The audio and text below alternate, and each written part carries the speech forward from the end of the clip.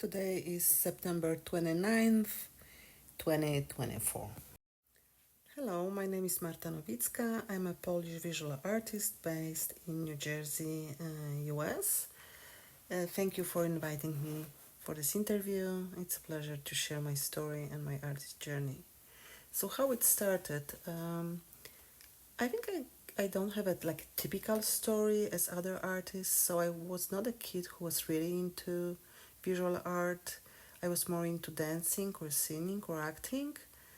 But of course, I liked drawing and painting. I even remember winning an award in some school competitions. I remember liking my art classes, but it was not my main form of expression at that time. I'm left-handed, and I was always had a horrible handwriting. So I guess I was thinking that I will never be a good visual artist. And I think for many years, I believed that I don't have any talent, so I was not even trying to do art. But I guess there was a need and passion for that in me. So at some point in my life, I started thinking about doing visual art. And firstly, when I was 20 something, I enrolled into interior design courses. I always liked interior design. And we had to draw and we had to create floor plans. And I really like that. And I think some of those elements are still visible in my paintings. But then I stopped. But still, I had this need for me. So at some point, I think I was 42 or 43, I decided to join the art classes. And it was a painting class organized by one of the Warsaw art galleries. So for a couple of years, I was going to art classes there and we were painting every week, and I really enjoyed it. At the beginning that I was treating that only as pure as a hobby, but at some point I wanted to be my professional life or semi-professional life. So I started learning art in other places. I did 1 year course in Warsaw Academy of Art. I did some summer courses in UK, and when we moved to the US, of course, I started taking art courses in different art schools in the US as well. So what influenced me as an artist? I was born and raised in Warsaw, Poland during the communism, and I think it had an influence on me. Because of limited resources, we didn't have so many toys as kids in Western countries. So we had to be very creative in the way we were playing and in the way we were creating games.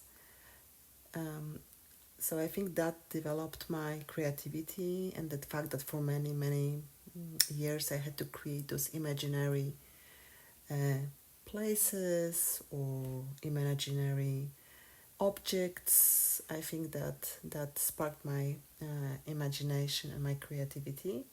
Another aspect of that is that we lived in a typical communist apartment buildings, and they were very gray.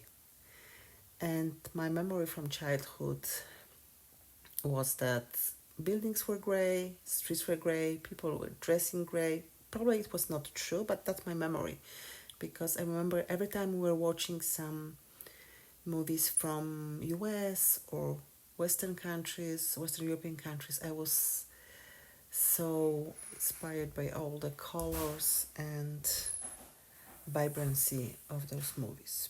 Another aspect of that is that in communism we couldn't travel. So, and I always was dreaming about traveling to those distant places. So as soon as the system has changed and we are allowed to travel, whenever I could, I was traveling. So travel is a huge part of my inspiration. Everything I could see there, all the vibrant colors of Caribbean or South Europe or Asia, colorful plants, flowers, architecture, but not only visual elements, but also emotional aspects of those travels. This is something that really inspires me, and I think my artworks are the result of those emotions and visual elements. If we are talking about inspiration taken from other artists, I really love Paul Cézanne and Gauguin, especially the colors and the way they use lines. I love Vasily Kandinsky, the way he uses shapes and lines and colors. I love expressionists.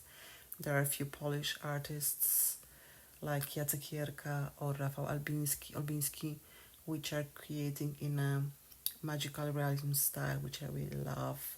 There are some current printmakers that I admire, so I take inspirations from different artists and different mediums. I I am abstract painter, but I'm also printmaker and digital artist. I paint with acrylics. I started with oils, but because of the long drying time, I switched into acrylics and mixed media. I paint with watercolors. I tried encaustic. Um, I create digitally. I create mixed media with digital art. And for last few years, my main focus is on printmaking. I love printmaking, and in that area, I'm focusing on creating monotypes, monoprints, um, using colorgraph techniques, dry point, mix of these techniques. And what I really love about printmaking that they are less predictable than painting. They are not the direct process because first you need to create a plate matrix, and then the image is transferred to paper using etching press, for example. So you actually see the final result when you pull the print from the etching press, and it's always this element of surprise which I really love. And I love the working with paper and embossing paper while doing printmaking.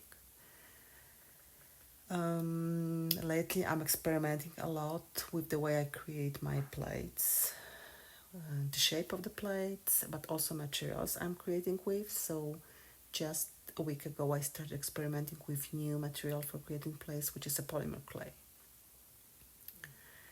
So, what advice would I give to my younger self? I think don't wait till you are 42, 43. Start creating clay earlier because you have a real passion for that. That would be my advice to myself. What's the biggest challenge of being an artist for me? I guess the fact that I'm so into so many different mediums and techniques and processes, so it's hard for me to focus on one. And I mean, I love that. I love exploring different things and being like a scientist, discovering. But from sales and marketing point of view, it's a challenge because it's hard for me to create like a very cohesive body of works and being recognized only by one style or type of work because I'm in so many different places. I love painting, I love creating digitally, I love printmaking. My paintings and digital artworks are very vibrant with bold colors, sometimes even with neon colors, and my artworks in printmaking very often are black and white or black and white with just touch of color.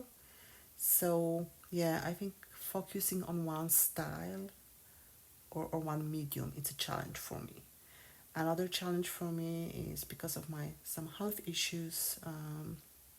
Is for example doing art fairs. I had the pleasure to do art fairs in New York City, Dallas, Miami, Jersey City, but doing like 4 day art fairs when I have to stay and stand all the time, it's very challenging for me, physically challenging for me. But I love that. I love talking to people. I love showing them my art. I love getting feedback.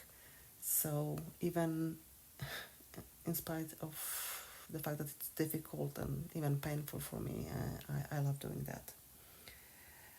Um, do I listen to music? Yes, I do. I listen to soundtracks, movie soundtracks, but most of the time I listen to country music, which is interesting because country music is not my like favorite type of music, but I have few artists I really like, and I love creating when listening to them. What's the best reaction someone has had to my artwork? I really love the reaction of kids who are looking at my artwork. They say that it's very colorful, very joyful, very bright. And actually, that's my goal as an artist. I want to bring some joy, energy, positive emotions, and empowerment via my art. So